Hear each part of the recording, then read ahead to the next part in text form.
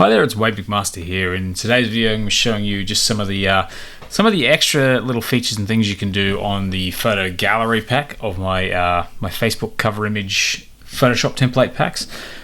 Basically, I've got a few extra things here that aren't explained in the basics video. I just thought I'd go through just so you get a bit of an idea on how this all works.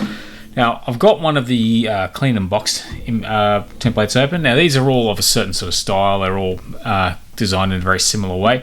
As usual, you can get your, as explained in the basics video, you can simply change the title here, Jono's stuff, and add in text as usual, submechanical, whatever that means. So it's very easy to change text and change images, and just like in the other video, I'll touch on quickly. There's a few different areas here that you'll notice, but in the if we're going to go say this left row over here, if I go over here to middle row left, click down to paste an image, I can go to File, Place Embedded, and add an image as I have before, and it's all nicely cropped and in place. So same as before, nothing's really changed there. But a couple of things I want to point out in this particular set of templates is some of these, not all of these, actually have a color overlay section. So if you see here, we've got bottom row, top row, so we can once again go in here and we can change those images or turn those images off. If you want to, you can have one big image in the background if you decided to, much like the photo grid. So if I go to, say, this one here, I can pop it in the background, actually turn the white into something else. I can change the color of the white. If I've got red selected here, I can click and make the outline red, or if I reset that, I can make it black. So you've got a few options on what color you want everything to be. I'm just going to hit Control/Command Z to undo that. But here is middle row text left turned off, middle row center text turned on, middle row text right. So these are actually additional text areas you can turn on or turn off. So if I want one photo in the middle, I can pop a photo in there and I can go and add in some text either side here. And if I open those up, you see I've got a color overlay. If I want to make that green, I can make that green, or I'd like a dark purple, or anything I want to make that. So it's just a cool little feature in these particular templates. I just thought I'd add in a few because it's a very boxed and we're trying to put text in certain areas. I thought it'd be very cool just to add in some text areas into those particular layouts. So just another feature I want to touch on with those. So the next one I want to talk about is some of the photo grids. Now this is a little bit more going a bit more in depth than something I touched on in the basics video. Once again, the color background can be changed. I can make that purple. I can change it to yellow or whatever color, like a lime, and make it that if I want to. I'm going to undo that. And as before, you can see we've got the full grid here. If I expand that, you see we've got every individual square here. I can scroll right to the bottom. Again, as before, I can paste a full image here. And you can see we've got a full image in there. I'm going to paste the same picture of the spaceman again, enlarge it, and I can go to, say, this photo of the woman with the roller. We can actually go and turn that off, and then we have the picture of the spaceman in there. If I want to add an image into this section, I look over here for left bottom, where it says paste image here. I go to File, Place Embedded Image, and I can pop this coffee image in there and it will be cropped. So as before, you can open up this template, put images into very particular sections, or you can have one big image in the background. You can turn these folders on or off. You can even turn them all off if you wanted to. You can even you might decide to add a logo in on this one. So once again, we've got left bottom 2. So maybe I go in here and I go File, Place, I add this logo, which is actually a sign. I have to make sure the layer is turned on to get that on there. So you can have a bit of a play with it and get a bit creative. Now the top bar doesn't have an image, but the bottom bar, whoops, we've gone too far, does. I turn that off to have the same image. So you can see how we can easily get the same photo in a few different ways and add in other photos. So I did just want to touch on that briefly. Also, one thing some of these templates have is the actual folders themselves will have effects such as this drop shadow. Now I'm going to zoom in a little bit so you can see what I mean. There is a slight drop shadow around this. I can turn it off, I can turn it on, I can open this up and really crank that shadow up so that when I zoom out, you can see we've got a much more intense drop shadow. So I did just want to touch on that for you guys using the photo grids. It is designed for photographers and artists, but you can use it for whatever you want. Even if you're a restaurant, you want to pop a logo, maybe a photo of a menu and some other bits of food on there, you can do that as well. But just to show you very basically how you can edit the photo grids. But the main thing we're going to look at is these effects layers. These are the ones that are a little bit more complicated than I think what make this particular set of templates most effective. First thing is this text group has got a little bit of grunge added to it because I've got this mask here. If I actually disable the mask, right click and disable the mask, you see the text cleans up.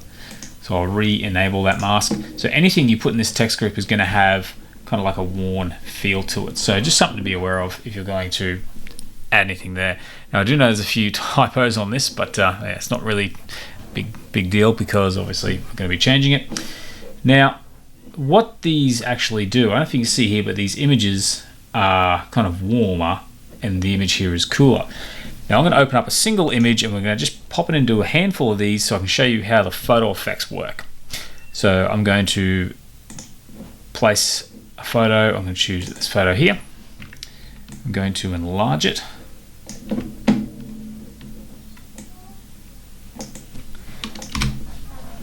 And I'm just going to actually copy that photo for future reference. So this is the photo that we're going to work with on all of these images. Now, if you look at the layer set up over here, we've got text group, we've got grunge elements, and we've got cooling filter. If I take this image and drop it below the cooling filter and turn it on, the image is cooled. If I turn that off, you can see how it's warm. You can see how we've sort of tried to cool the image down a bit. And one thing you can do is even adjust these. There's an exposure setting here. I can turn that off to make it a little more dull, or I can double click on this icon and make some adjustments to the curves if you're familiar with that, which I'm not going to stick with. The photo filter, which is a blue filter, I can turn that on or off. That's what has the cooling effect. And you can adjust these. You can even change the opacity if you want to find somewhere in the middle. You want to just cool it a little bit. Probably the opacity, not the fill, I should say. So you can find a middle ground where you think that's what I want. That looks best.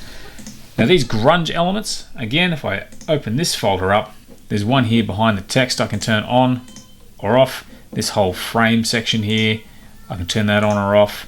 There's also a gradient fill top and bottom just to darken the edges. So most of these effect layers will allow you to turn things on and off. And again, you can just dial them back and forward until you're happy with them. You might think this is a little too full on, so you can dial that back and have more of a subtle effect, or even crank it up and maybe change it from screen to, say, color dodge.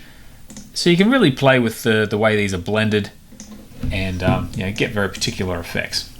So what I'm going to do, I'm going to just copy this image into a few of these to show you just how effective it is. So dark effect, I'm going to paste this at the top again. So this is our image, and we've got our effect filter down the bottom here. If I move it underneath, oops, I've put it in the effect filter. Make sure you get the little line in between, and you can see the effect it's had. Once again, open up the effect filter. I can turn things on or off.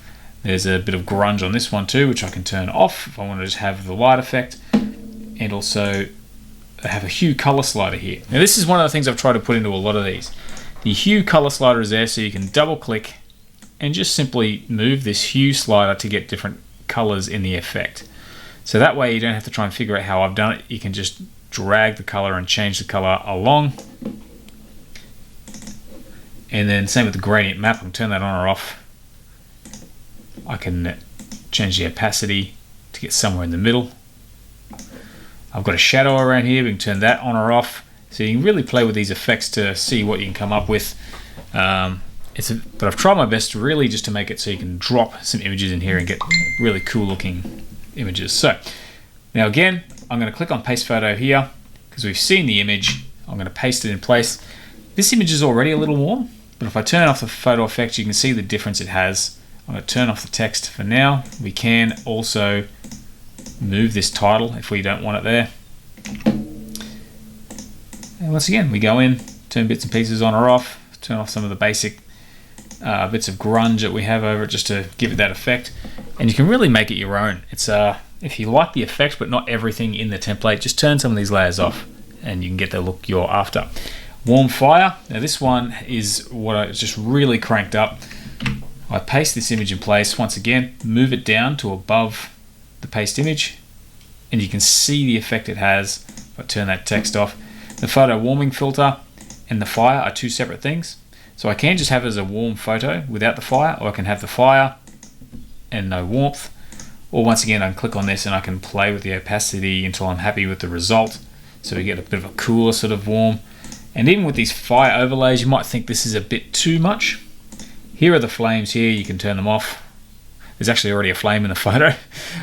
Or you can move them down and away.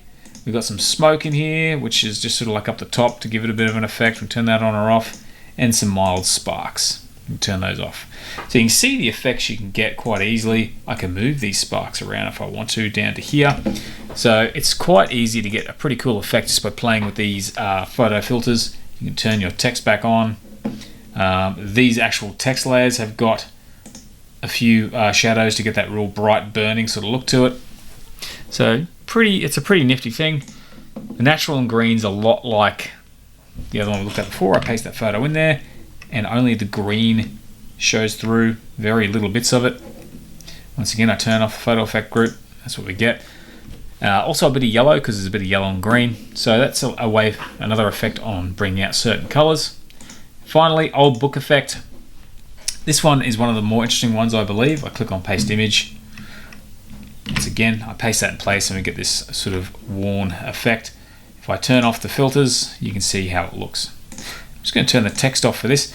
Now in these filters, there's a few layers. I've got this little sticky tape effect you can see here. We can turn that off and just have the worn effect, or once again, you can dial that down a little. And the exposure effect actually just adds like a bit of like a light leak to the photo. You can turn that on or off, bring it down. And then this paper texture allows you to sort of get a really cool effect that you can also dial back and forth until you're happy with it. Now this layer here desaturates, and click on that and you can see the saturation on the hue saturation layers down. I can crank it right up or back to normal so I can keep the color in that photo if I want to. So you can see how easy it is to get some unique effects just by turning on or off these layers. But overall, this is what we have pasted and this is the result we get. So that's pretty much it for the photo gallery pack. It's pretty basic to use, pretty similar to the basics, but the photo effects are a bit more fun to play with.